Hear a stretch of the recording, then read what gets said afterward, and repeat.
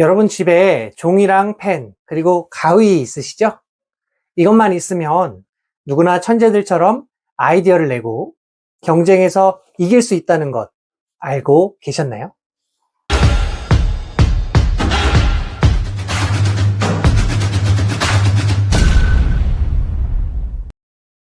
안녕하세요. 발상의 전환으로 소통하는 남자, 발전소남 이성철 박사입니다. 여러분, 세상에 나만 유일하게 판매하고 제공하는 상품이나 서비스가 있을 수 있을까요? 매우 드문 케이스일 겁니다. 대부분은 경쟁자가 있죠. 유사한 조건 속에서 유독 우리 제품을 빛나게 하는 천재 같은 아이디어는 어떻게 발견할 수 있을까요? 저는 기업에서 강의를 하는데요. 같은 주제로 강의하는 강사님들이 많이 있습니다. 저만의 특별한 무언가가 없다면 이 경쟁에서 이기기가 힘들겠죠? 유사한 스펙의 상품들 속에서 차별화 포인트를 만들어야 하는 이 시대의 수많은 사장님들과 기획자, 마케터, 직장인들의 입장과 저의 입장은 사실 매우 유사하다고 생각합니다. 저는 여러분들이 이 영상을 만나신 게 정말 큰 행운이라고 생각하는데요. 왜냐하면 제가 이번에 이 경쟁에서 이길 수 있는 천재적인 아이디어를 떠올릴 수 있는 구체적인 방법에 대해서 말씀드릴 거거든요. 바로 키워드 노트법이라고 하는데요. 이 방법은 너무나 쉬워서 누구나 배울 수 있고 적용할 수 있지만 그 효과는 가히 인생을 바꿀 만한 것입니다. 이 기법 덕분에 저는 치열한 이 기업 교육 시장에서요 10년째 생존할 수 있었고요. 유니크한 문제 해결 강사가 될 수 있었습니다. 그리고 다른 강의 분야로도 확장을 할 수 있었죠.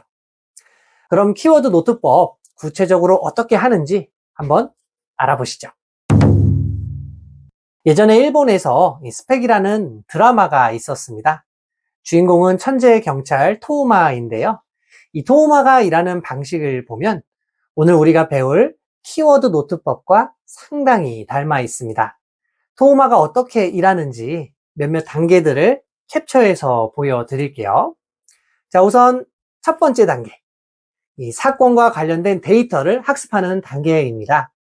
키워드 노트법도요, 마찬가지인데요. 이 문제 해결과 관련된 데이터를 학습하시는 것으로 출발합니다. 여러분, 무에서 유를 만들 수 있는 거는 신만 할 수 있는 거예요. 인간은 무에서 유를 짠 하고 만들 수가 없습니다. 뭔가 재료가 있어야 새로운 것을 만들 수 있죠. 따라서 데이터 수집과 학습 없이 바로 아이디어 회의를 하는 것은 매우 비효율적이고 사실은 불가능한 것이라고 할 수 있습니다. 자, 데이터 학습이 끝났다면 2단계로 넘어갈 수 있는데요. 자, 토우마는 자신이 학습한 데이터를 키워드로 요약을 합니다. 또는 이제 짧은 문장으로 요약을 하는데요. 자, 키워드 노트법도 같은 방식을 활용합니다. 이 학습한 데이터를요, 표에다가 키워드로 정리하는 과정을 거치는 것이죠. 자, 마지막 3단계는요, 이 키워드를 조합하면서 단어들 간의 관계를 음미하는 것입니다. 이 과정을 거치다 보면 답을 찾을 수 있는데요. 토우마의 경우 이 과정을 통해서 범인을 찾게 됩니다. 키워드 노트법에서는요, 이 키워드 조합을 하기 위해서 우선 키워드별로 단어를 다 자르게 됩니다. 가위가 필요한 이유죠. 키워드별로 다 키워드를 잘랐다면 이제 그 단어들을 하나하나 직감과 논리에 의존해서 배열하시면 됩니다. 키워드를 순서에 상관없이 잘라놓았기 때문에 일반적인 노트 필기와 다르게 이 정보의 조합과 재배열이 자유롭습니다. 따라서 단어들을 배치하는 매 순간마다 새로운 단어의 조합이 만들어지고요. 전에는 절대로 내 머리로 할 수 없는 그런 생각들을 마침내 할 수 있게 되고 그 결과 천재적인 아이디어들을 찾아내기도 하는 것이죠. 자, 그리고 이런 아이디어는 우리를 특별하게 만들어줌으로써 우리의 경쟁에서 우리가 승리할 수 있게 도와줍니다. 자, 그럼 왜 이 방법이 통할 수 있을까요?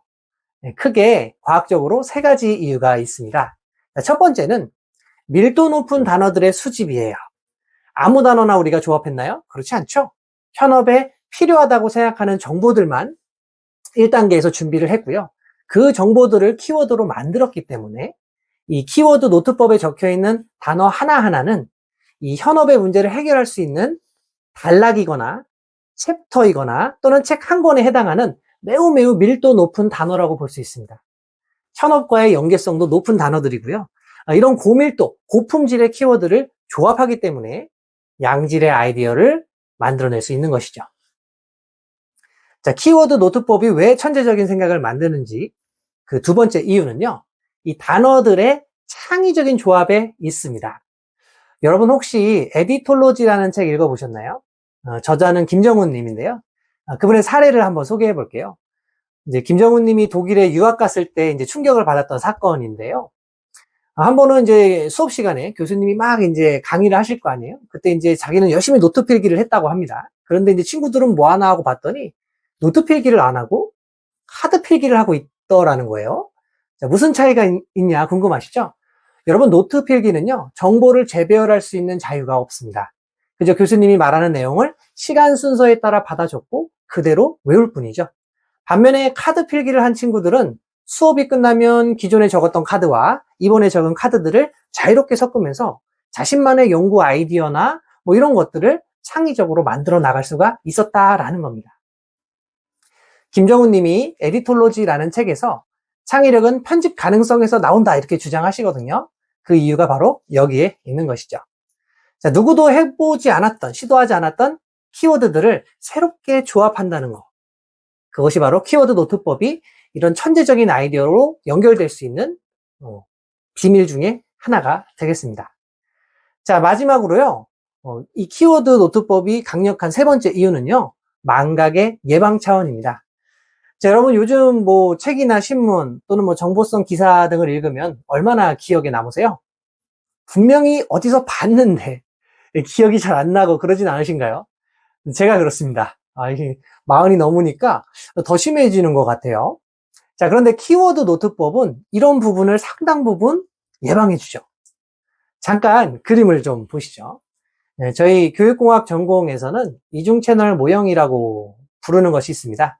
이 뇌가 이 눈과 귀라고 하는 이 두 개의 채널을 통해서 머릿속에 정보를 집어넣는 그 과정을 이제 도식한 그림인데요.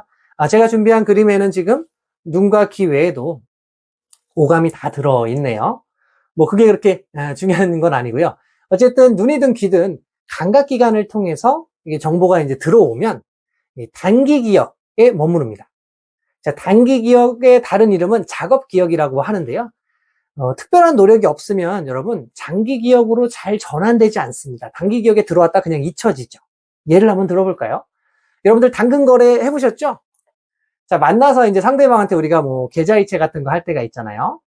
상대방한테 계좌번호 뭐예요? 이렇게 물어보면 알려주죠. 잠깐은 기억하기 때문에 이제 내가 핸드폰에 계좌를 넣고 돈을 보내실 수 있을 겁니다.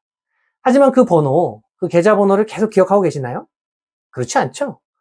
그 순간이 지나면 잊어버립니다. 그게 바로 단기 기억입니다. 자, 그런데 내가 외우려고 노력하고 여러 번 쓰고 뭐 소리도 내보고 뭐 암기술도 동원하고 그랬다면 어땠을까요? 그럼 오랫동안 기억하겠죠? 그게 바로 이제 장기 기억으로 넘기는 이제 요령 중에 하나가 되겠습니다. 자, 그럼 우리가 했던 키워드 노트법으로 돌아가 볼까요? 우리가 그냥 책을 읽고 덮었나요?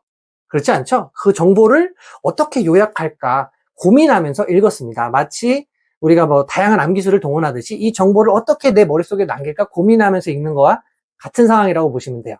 그렇기 때문에 그냥 읽고 치우는 것보다 이 키워드 노트법을 하셨을 때 더 많은 정보들을 이미 기억하시게 됩니다. 자, 그리고 우리가 이제 작업을 할 때 키워드들을 눈앞에 펼쳐놓죠? 그러니까 이 장기 기억에서도 아이디어가 나오고 이 눈을 통해서도 실시간으로 정보가 들어오는 거죠. 이렇게 양방향으로 정보가 들어와서 이 작업 기억에 쌓입니다. 그리고 이 작업 기억에서 그 정보들을 연산하면서 마침내 아이디어를 내는 거거든요. 이 장기 기억이 냉장고라고 한다면 이 작업 기억은 도마라고 보시면 돼요. 그래서 이 많은 걸 기억하고 있을수록 이 도마에 가져오는 재료도 많겠죠. 근데 그것만으로는 한계가 있잖아요. 잊어버리니까. 그런데 우리는 뭐가 있다? 키워드가 눈앞에 펼쳐져 있다. 그래서 실시간으로 시각을 통해서 정보가 유입이 된다는 거죠. 양방향으로 들어오니까 폭발적으로 내가 읽었던 데이터들을 망각하지 않고 총동원해서 아이디어를 낼 수 있다라는 겁니다. 자, 국내에도 이런 식으로 일을 하시는 분이 있었어요. 기획의 정석이라는 책을 쓴 박신영 저자도 이렇게 데이터를 읽고 키워드를 요약해서 조합하면서 아이디어를 낸다고 합니다. 창조적 책 읽기, 다독술이 답이다라는 책을 쓴 다도광 마스오카 세이코라는 분은요, 주기적으로 책장의 책들을 재배열한다고 합니다. 이미 읽은 책들이지만 이 책장을 재배열하는 과정에서 새롭게 정보가 연결되고 또 아이디어가 생길 수 있다, 이렇게 주장을 하세요. 자, 그러니까 키워드 재배열이 아니라 책 단위의 재배열이었던 셈이죠. 여러분, 다도광은 스케일이 다르네요. 우리는 키워드를 조합하는데 책을 조합하고 있었어요. 자, 아무튼 핵심은 경쟁에서 이길 수 있는 천재적인 아이디어는 무에서 나올 수는 없다는 겁니다. 관련된 데이터를 모아서 여러분 읽으세요. 그리고 키워드로 요약해서 노트에 다 집어넣어 보시고요. 이제 자른 다음에 한번 조합을 해보시는 거죠.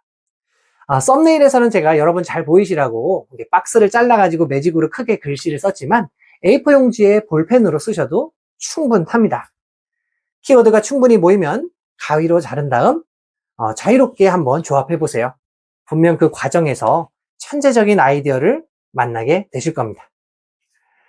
창의적인 사람들은 오늘 배운 키워드 노트법과 유사하게 아이디어를 만들고 있다는 사실도 다시 한번 기억해 주시고요. 저도 이 방식을 통해서 치열한 기업교육 시장에서 생존할 수 있었다는 것도 다시 한번 말씀드립니다. 자, 그러니 여러분도 한번 해보세요. 그냥 머리 싸매고 고민하시는 것하고 비교할 수 없는 성과를 만나게 되실 겁니다. 네, 그럼 오늘은 여기까지 한번 해보겠습니다. 네, 구독과 좋아요, 알림 설정 잊지 마시고요. 또 좋은 내용으로 다음 시간에 뵙도록 하겠습니다. 감사합니다.